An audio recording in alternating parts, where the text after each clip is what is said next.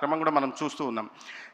దీన్ని దృష్టిలో పెట్టుకొని ఇవాళ కేవలం ఉచిత పరీక్షలు నిర్వహించడమే కాదు, నిర్వహించిన తర్వాత సస్పెక్టెడ్ కేసెస్ 3 to 4% వస్తున్నాయి. దాంట్లో మళ్ళీ కన్ఫర్మేటరీ టెస్టుల కోసం పంపించాలా, హయ్యర్ హెల్త్ ఫెసిలిటీస్ పంపించాలా.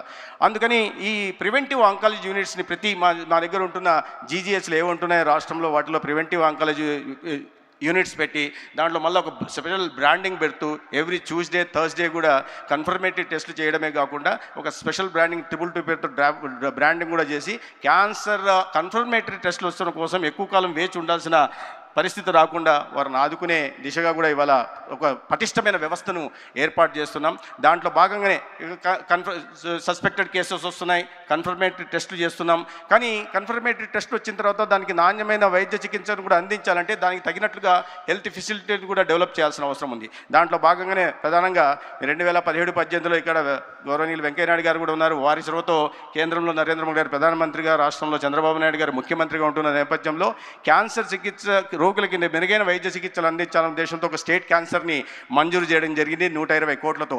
ఒక సంవత్సరం తర్వాత అది ఆగింది. తర్వాత 5 సంవత్సరాల పాటు ఆ క్యాన్సర్ సెంటర్ రాలేదు, సాకారం కాలేదు. నేను ఇక్కడ విమర్శలు చేయట్లేదు, కానీ ఇటువంటి చాలా అవసరమైన, అత్యవసరమైన, అతి ముఖ్యమైన విషయంలో ప్రభుత్వాలు నిర్వహిస్తున్న నిర్లిప్తత కానీ నిర్లక్ష్యాన్ని మాత్రం ఖచ్చితంగా నిందించాల్సిన అవసరం ఉంది.